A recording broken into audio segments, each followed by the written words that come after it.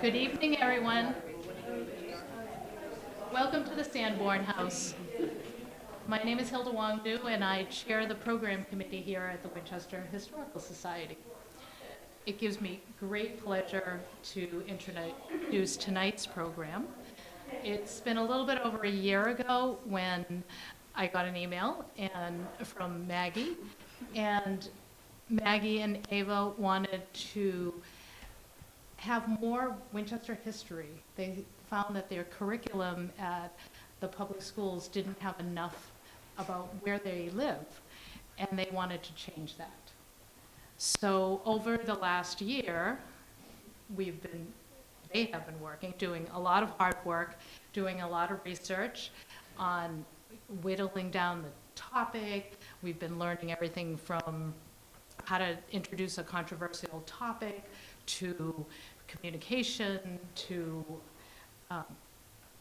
all sorts of things. And so I'm really excited for tonight's program, because different from usually we have people who come up here and they have studied for a long time and they're experts and they come in, and this time we have a fresh perspective, and I think that's really exciting for all of us, because they have been really fantastic, and you guys have been so committed and so dedicated to this project. I'm so excited.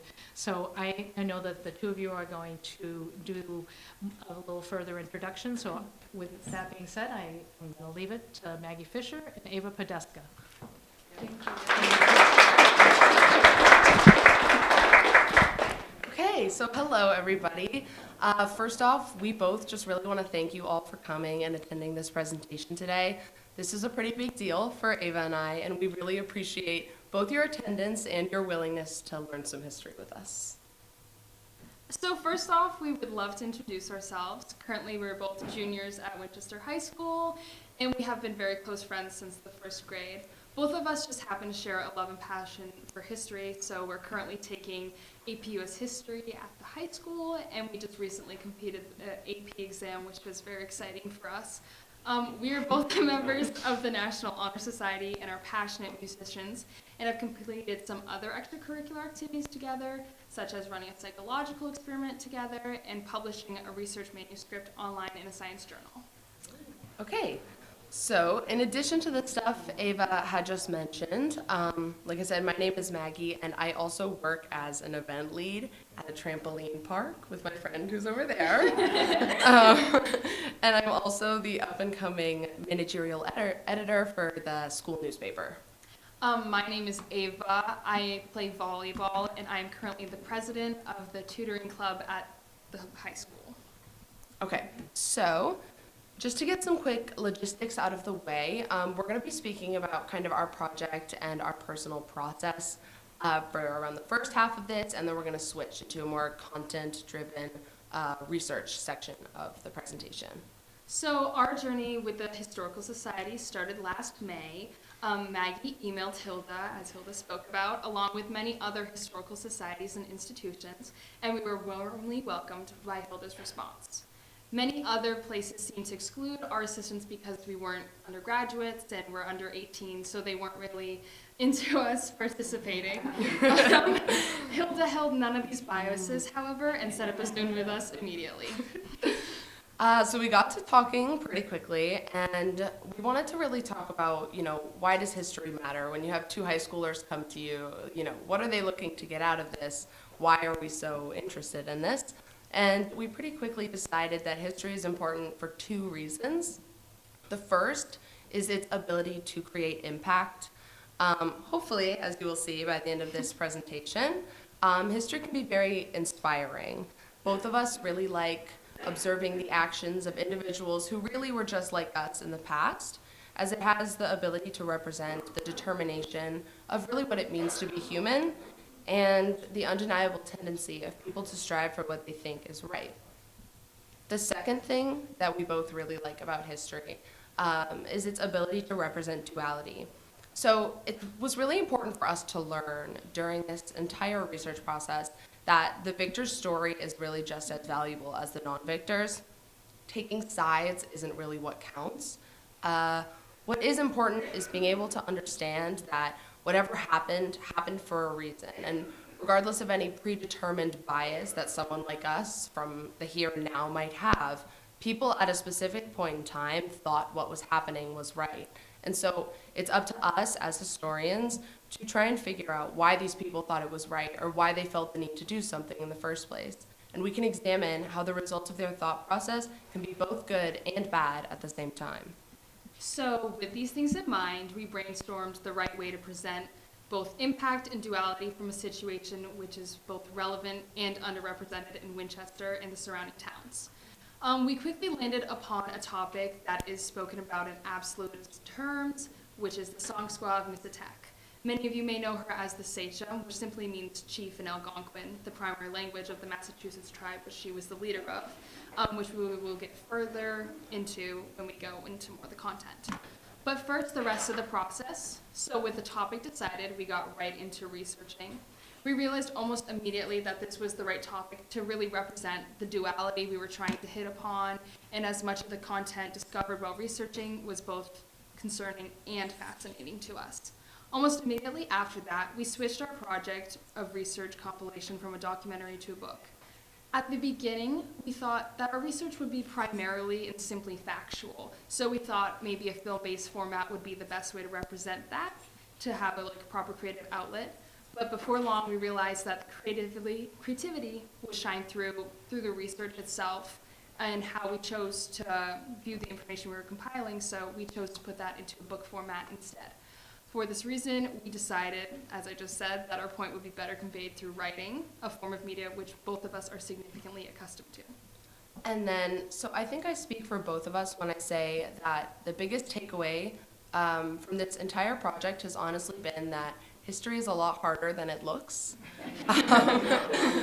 Trying to capture everyone's point of view and everyone's opinion is really difficult, and frankly, it's usually not possible, especially when the event has had a couple hundred years to ruminate, so there's been some new opinions.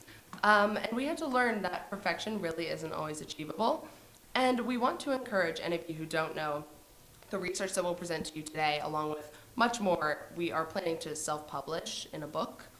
And we want to encourage any of you who end up reading that book or just looking at it to do so very openly and understanding that what we wrote and what we compiled is not the only correct interpretation. That really doesn't exist. There are probably perspectives that Ava and I will leave out of our research, but what is important is that we really wanted to add to the literature that will shed light on some of the perspectives that we don't think are represented, even if that means only strengthening one of them. That is enough for us to make an impact. So what I'm saying is I don't want this book to be the only book you read about the Massachusetts tribe in this time period. I would prefer that if you get into the topic, you include our book in a series of other pieces you use for research and data gathering.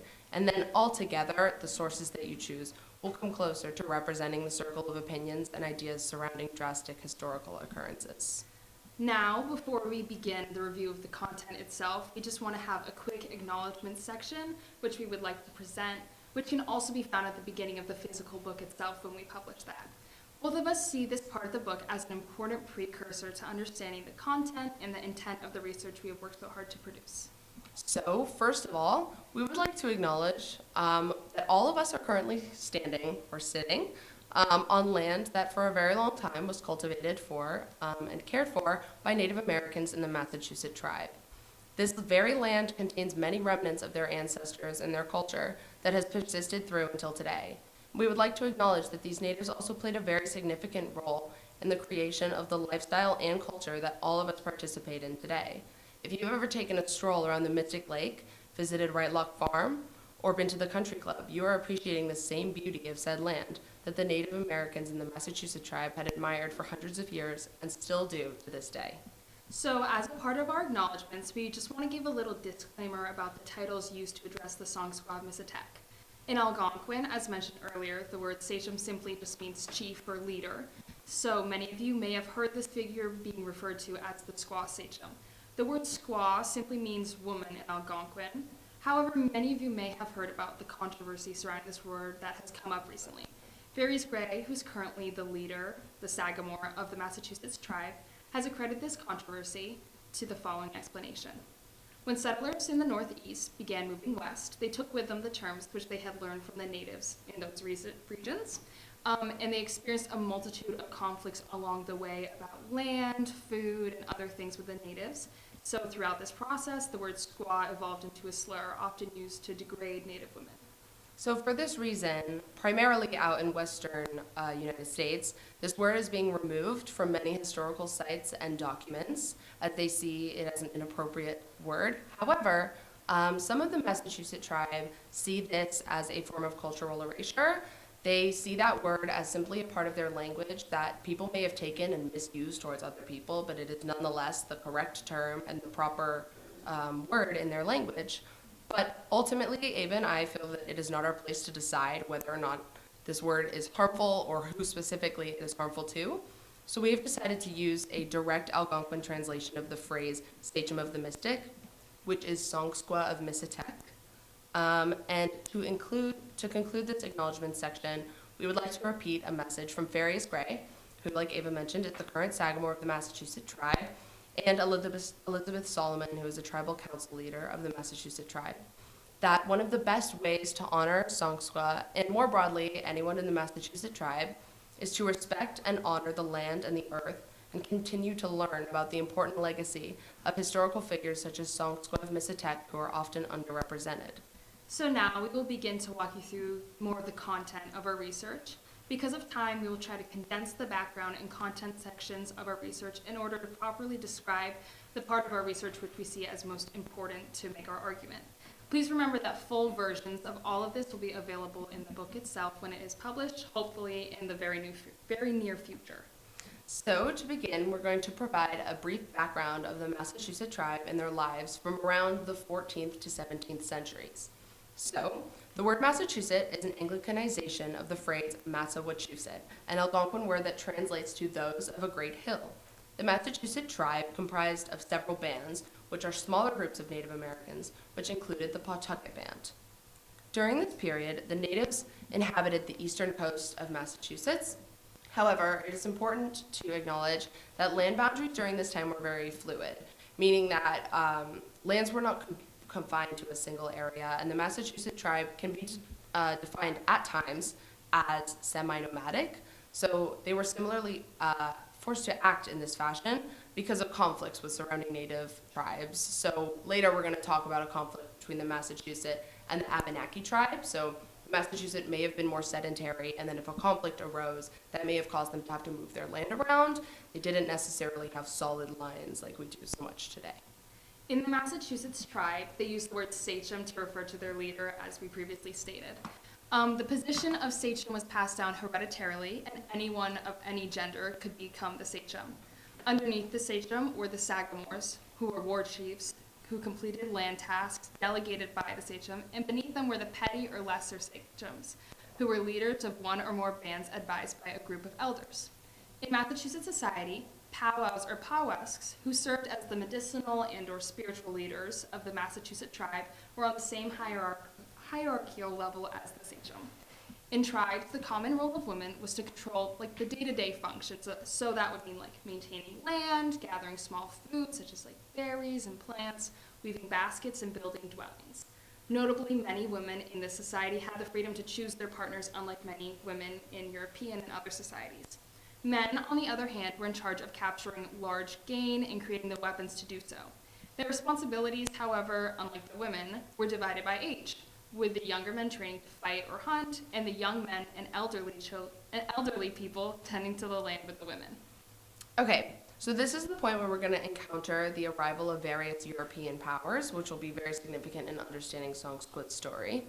So, initially, the Massachusetts and most other tribes in the Northeast experienced pretty peaceful interaction with French and Dutch explorers because they were primarily interested in alliances for trade, for weapons, and other items. And the French and Dutch actually had multiple situations of intermarrying into multiple different native tribes, and this definitely included the Massachusetts. The tides shift a lot when it comes to the arrival of the English settlers. So these people were not looking to trade, and they were not looking for fur. They had different goals in mind. Many of them were attempting to escape religious persecution, And we're basically looking for a new place to set up family life, farm, and even create basic governments. For this reason, their interests did not exactly align with the natives, like the trade relationships had. So the way they saw it, the English wanted land, and they usually resorted to simply taking it, as opposed to offering significant material in return for land. And what I mean by significant material is that they would often construct deals with natives, but they were usually pretty unbalanced, with the English receiving very large amount of land and the natives receiving very little in return. But to these settlers, they thought that they possessed the God-given right to experience their religious freedom, and they simply saw natives as less than human and nothing more than an interference to this freedom. However, despite this hostility, there were peaceful interactions between the English and the natives. Many members of the Massachusetts tribe took it upon themselves to teach and help many newcomers the farming tactic, which is referred to as the Three Sisters. So this is where beans, corn, and squash are all grown concurrently to take up less space. And this farming technique that allowed for an abundance of food is actually one of the biggest reasons that the settlers in Massachusetts, specifically these English settlers, were able to survive and make it through the winters. So on a scientific level, the arrival of European settlers meant something completely different. Disease spread rampantly both ways, but had a much more significant effect on the natives, with up to 90% of Native Americans being killed by the diseases brought over by Europeans, traders, and settlers alike. So this included epidemics of smallpox and the plague, which often tore through these tribes. The population decrease would cause lots of damage to the fighting forces in the war we are about to describe. But before that, a little bit on Songsua's life herself. Songsua's story truly begins with the appointment of her first husband, Nanapashamet, who was the great sachem of the Massachusetts tribe during the early 17th century or so. He ruled over the Massachusetts Federation of Tribes, with his power spanning from Weymouth to Portsmouth and as far west as Northfield. He lived with his family near Lynn until the war with the Abenaki broke out, causing him to move to a hill that bordered the Mystic River. Nanapashamet had little interaction with English settlers who arrived on his shore who were looking to settle. The interactions with Europeans that he primarily experienced was with the French and the Dutch, who were looking to trade and form some alliances with them. Okay, so the war between the Abenaki and the Massachusetts was kind of an ongoing conflict, but it was very much escalated when the French decided to basically propose alliances to both of the tribes, unaware that they had an extreme rivalry and were not willing to cooperate. So basically, at one point, the French approached the Massachusetts, offering an alliance by offering them this really nicely made coat. However, the Massachusetts tribe very much rejected this relationship because they knew that true alliance was not possible, given that the French had already had a pre-existing relationship with the Abenaki, their northern rival. And once the Abenaki really firmed up this alliance with the French, they gained a lot of power over the Massachusetts because they now had basically unlimited access to guns, and the Massachusetts did not.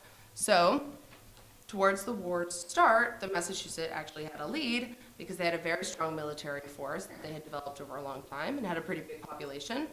But the machinery that the Abenaki had required from their French allyship proved to be very much too strong for the Massachusetts to fight against, and it eventually ended up overpowering the Massachusetts tribe. To add to their strength, the Massachusetts numbers were dwindling due to the previous mentioned diseases, so that added to the Abenaki strengths. And in 1619, the Abenaki took advantage of an opportunity to ambush the Massachusetts tribe and killed the Grand Sachem Nanapashamet. This title was then passed over to his then wife, Songsqua of Missatec, as his children were too young to officially take over. So, on to Songsqua herself. She was born in 1590 as a member of the Pawtucket Band, which we previously mentioned, and she was believed to be a sister or somehow related to the sachem Chickatawbut of Neponset. And she married Nanapashamet sometime between 1600 and 1608, we're not really sure, with the marriage most likely serving to establish an alliance between the Massachusetts tribe and the Pawtucket Pennacook bands. Together, Songsqua of Missatec and Nanapashamet had 4 children, Wanahakawham, Montowapate, Winnipesaukee, and Yawata. Following her husband's death and her assumption of the role of leadership, Sonkswa lost connection with nearly all of her neighboring bands, with only about 4 of them remaining loyal to the original Massachusetts Federation of Tribes. So these were Saugus, Namkieg, Winnisimmett, and Musketaquid. At the beginning of her leadership, Massachusetts conducted several raids against her enemies. However, with only a small number of bands remaining and large amounts of death due to new illnesses being introduced, the Massachusetts tribe lost the war to the Abenaki under her. This caused her to develop the previously mentioned semi-nomadic lifestyle due to the fear of total destruction by the Abenaki. She eventually remarried the powwow of Musketaquid, Webcowit, with whom she negotiated several contracts with the English together, which we will detail in a second. So, unlike her late husband, Sonkswa established strong ties to the English, although this was not entirely on purpose.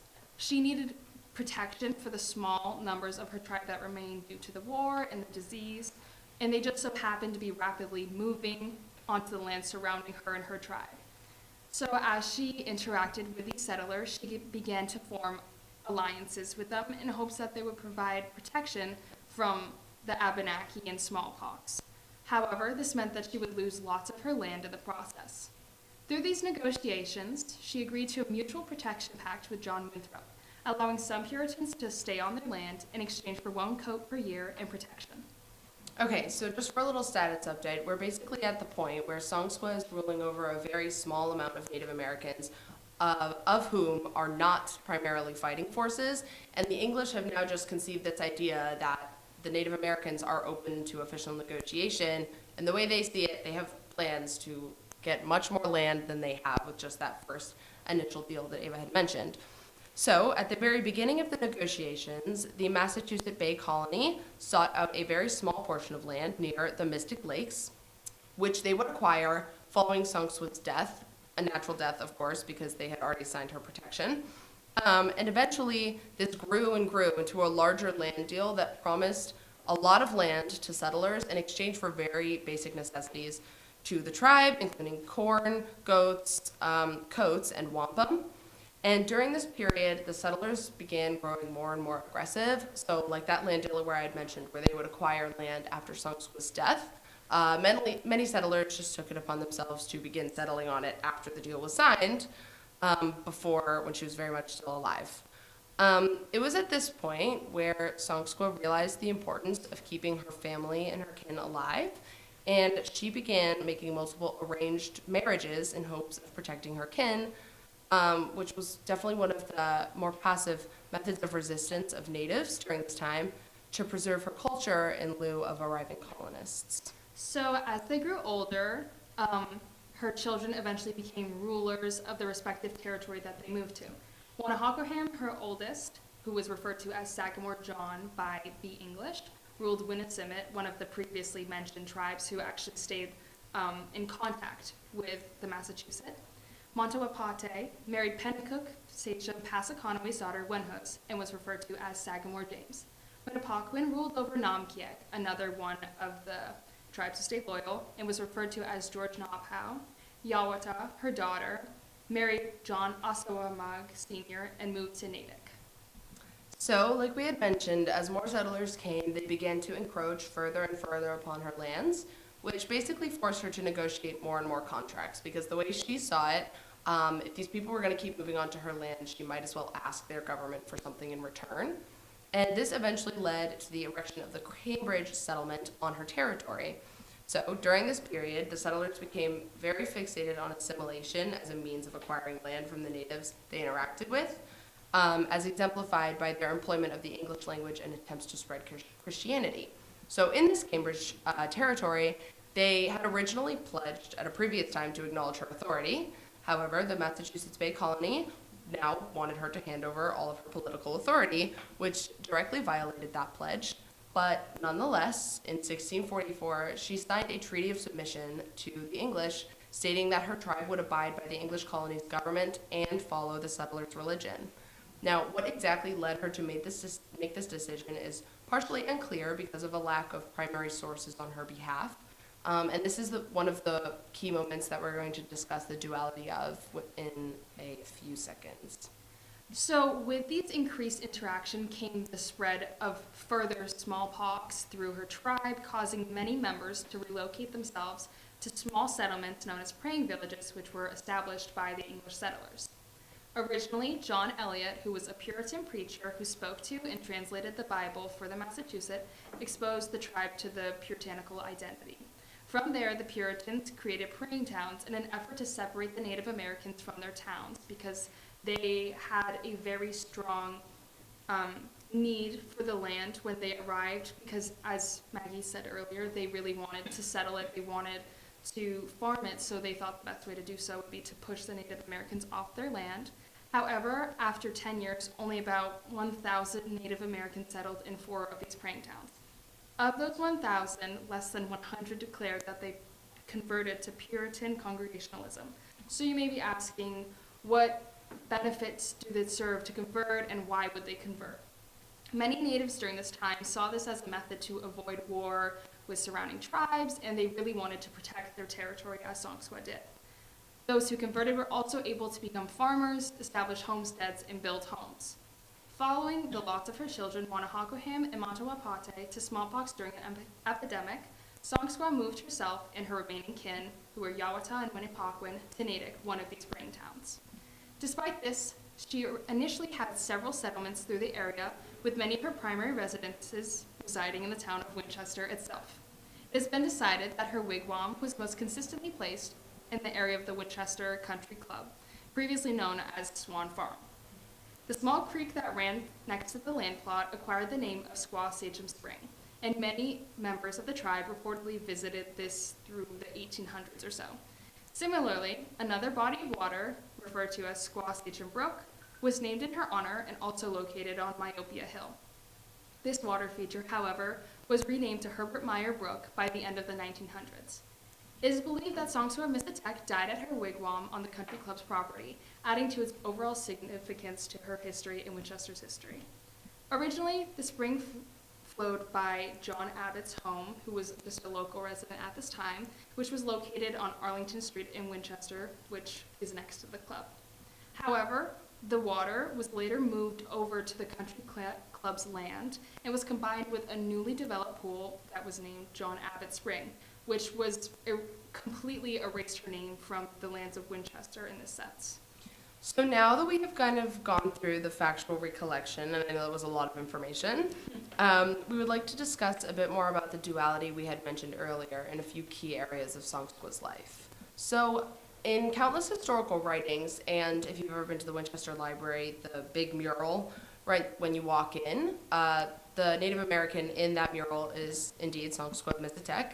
And she's often portrayed as a friendly native who peacefully kind of sold away the land of her tribe to the settlers, and it appeared that she was quite fond of them. And some historians even go so far to believe that she became an activist for the case of assimilation. They think that she truly thought that the English culture was better, and that must be the reason that she conducted these intermarriages and placed some of her family and tribe members into praying villages. But we really want to bring attention to the fact that at the point in her life where she's making these contracts and decisions, she really had very little choice. Some historians argue that the contracts that she signed during these land deals were written in overcomplicated English to try and confuse her, so that when settlers broke said land agreements, she could be blamed for misinterpreting the contract. But even if she had fully understood the contracts, and this is a false claim, there wasn't really anything she could have done to prevent the takeover. Around 90%, probably more, of her tribe had been lost to disease and war, and a ton of bands had left the Massachusetts tribe.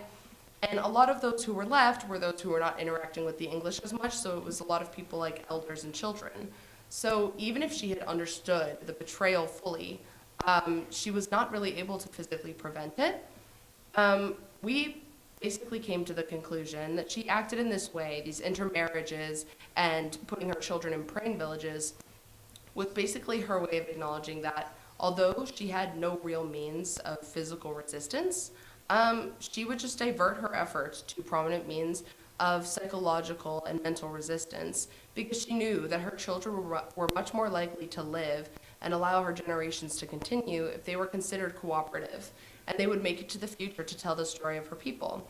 So in a way, her cooperation by the apparent assimilation was actually her resistance to a form of complete cultural elimination. And then more on the duality, the reason that we don't see it appropriate that she's always displayed as so kind is because it makes it seem like she was willing and that the English weren't responsible for really something that is very sad, being that she witnessed the betrayal of a ton of agreements. I mean, they basically pretended that she had authority and then went behind the back of all that authority that they had pretended she had. And also just witnessing such a loss of so much of her tribe and her husband was probably very traumatic. And as her and her people were pushed onto smaller and smaller land plots in exchange for very little. So yeah, it's a lot sadder than it's portrayed in a lot of writings and murals. But at the same time, it was sad, but her means of resistance were very effective. Her actions should be honored as methods of intellectual resistance and protection against the future of this colonial aggression. So as she witnessed the evolution of demands by settlers, she really understood that her tribe wouldn't survive the way that it was. So her effort of spreading out her kin was basically a way of preserving life. And it's a large reason that the Massachusetts tribe very much still exists today and is able to tell the story of their culture and their people because of these relationships she had created. So that was the end of our research portion. We hope that you were able to learn just as much as we did during this process.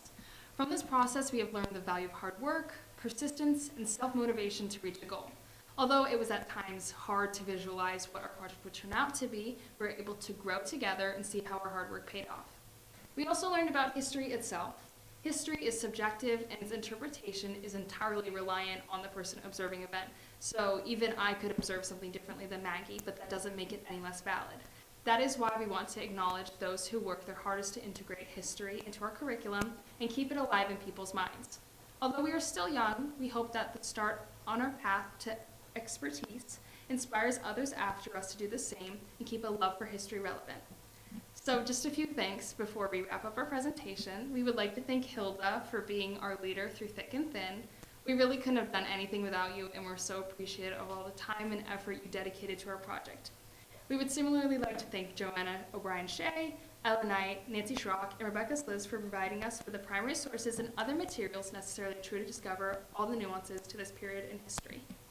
We would also like to thank our high school history teachers, Mrs. Malamede and Mr. Artigues, who did take the time to evaluate and provide feedback on our project. And we would like to thank the Winchester Historical Society, which includes all of you who are here today, for recognizing our vision and supporting our ideas. None of this would have been possible without you all. And a final thank you goes to our friends and families who held us up throughout the entirety of this project and supported us through everything. And just before we wrap up, we would really appreciate it if you guys could give a round of applause to Hilda, because she really has just been amazing.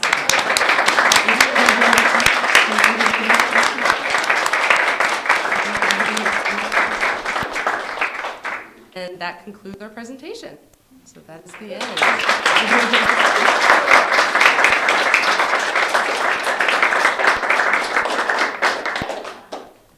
Okay, so I think we're going to move on to some questions here. I think Hilda's coming up to help us facilitate this part.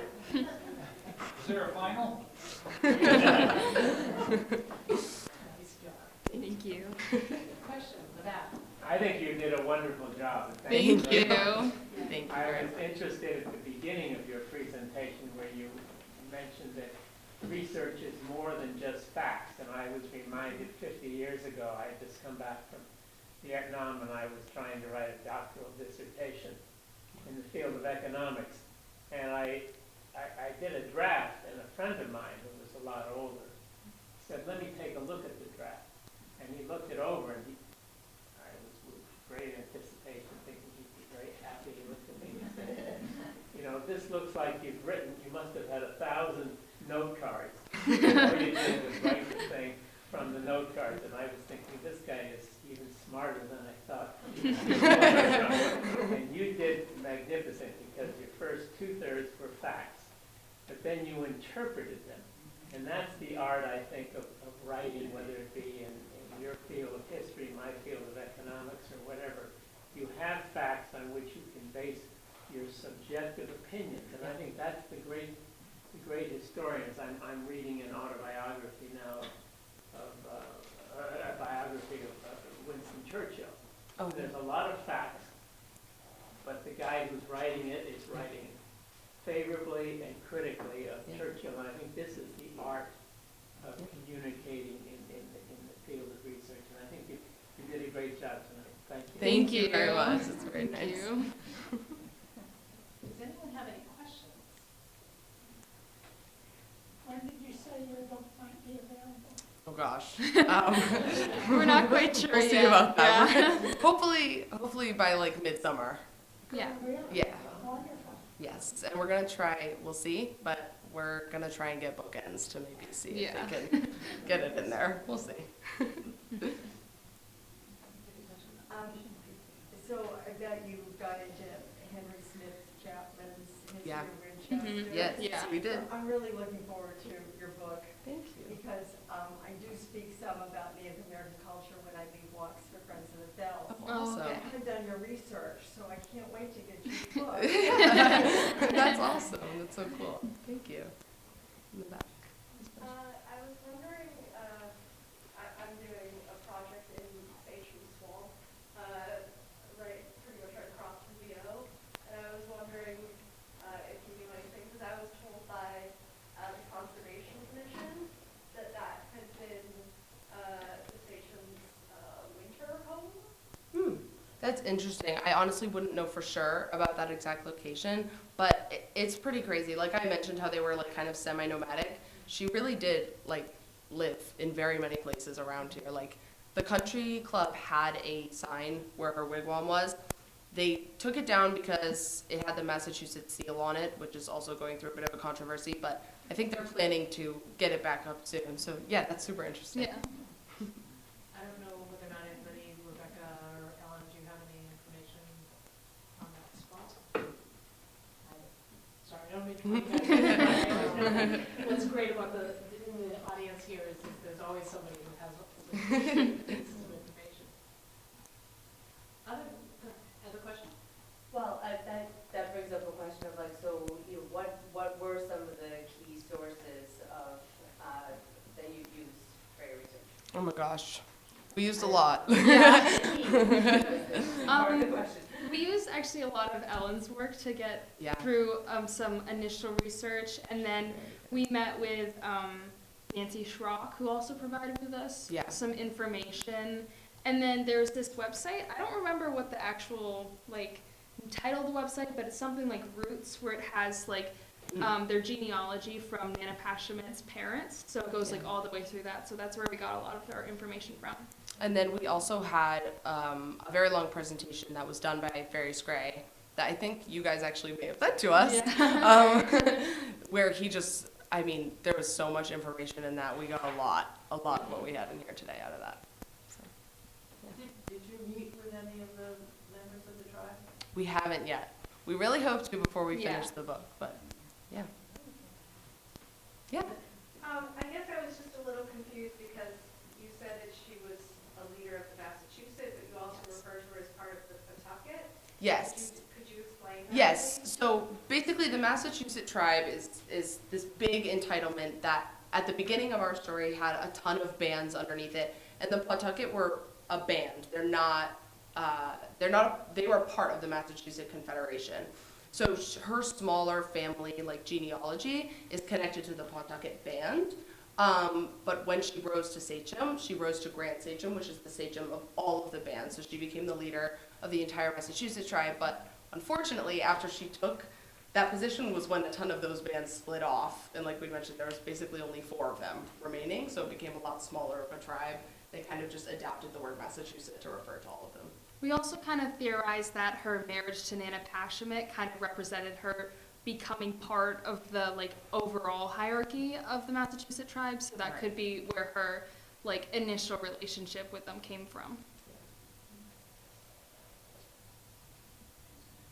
Now, what would she do at the sachem? So would she hold ceremonies for the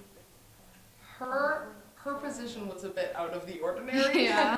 I would say, I mean, yes, usually they were, there's not really a current figure in our society that is similar, but they were the head, so yeah, they would be at cultural gatherings and led a lot of significant things, but unfortunately, like for her period, it was such a time of like war and conflict that her primary goal was just keeping those around her safe. Mhm. So she was the one who had a translator with her and who was in charge of speaking with the English and making these land deals. So she didn't get to fulfill a lot of the normal responsibilities that a sachem would have. Mhm. I was just gonna make a comment about why the diseased arrow was from Europe to North Right. America. The Europeans had domesticated, many, many animals. Mhm. North American, the natives had domesticated just about zero. Yeah. Mhm. The Europeans, many of them slept in close proximity to all Yeah. those animals, so they developed many Mhm. immunities Yeah. Right. for those. So that's why the diseases came from them to us, not. Right. Yeah. Right. Yeah. Any other questions? I don't know if you said this and I just missed it, but at the time that she was like marrying her children into the different tribes, did she ever remarry into a different tribe, or like at the time that she passed, was she like solo after her husband passed away? Well, she married the powwow, or I think it's powwow, of Musketaquid. His name was Webb Cowett. So, and we didn't really go into him and talk about his life a lot, but that's kind of like where she went with her relationship after, and they stayed married until I think both of them died. Yeah. I don't know if this is just folklore, but I heard that one son she gave like the Corn Pond area to, and the other son the body of water in Wakefield. Is that true, or is that just something? I'm honestly not 100% sure. I know that she did delegate land out to her kids, but I also think that one of the two sons ended up moving away to, Yeah. is it Deer Island? Deer Island, yeah. So I think they may have been in possession of it, but I don't think it was for a long time if it Mhm. was, but that's an interesting one.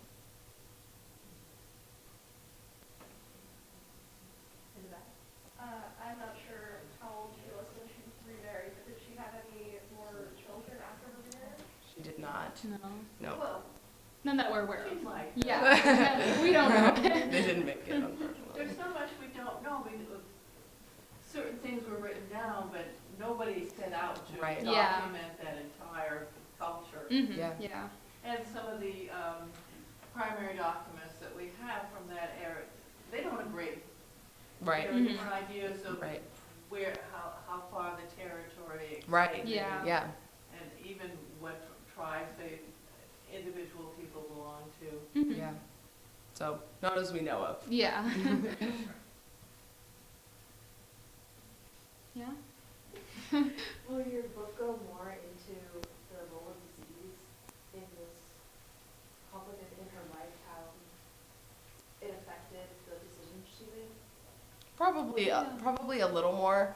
I mean, yeah. I mean, it's hard because it was a lot of the unknown to them. So, like Ellen was kind of just talking about in terms of primary sources, there's not a lot because a lot of this was really new for the Native Americans. They came over and these diseases, like he had mentioned, they didn't have immunity, they didn't understand, and as all these people are dying, she's trying to create these land agreements and these intermarriages that will hopefully, preserve her kin and her lifeline. I honestly don't know how many measures they took to try and further prevent the spread of disease, but we'll look into it because that's a cool thing. They didn't know how. Right, Yeah, exactly. Yeah. So People didn't know how diseases were spread until, the late 19th century, 20th Right. century? Yeah. right. So I think the main way of getting away from that was literally putting themselves in those praying villages and Right. separating themselves from that. Yeah. Any other questions? Okay.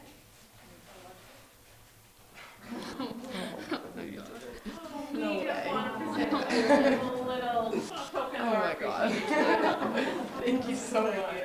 So sweet. Thank you so much. You did a wonderful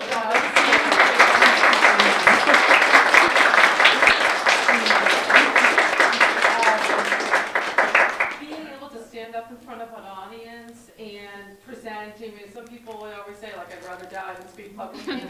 You guys were just phenomenal. So Thank you so much. Thank you for having us. So thank you very much. Yeah, thank you.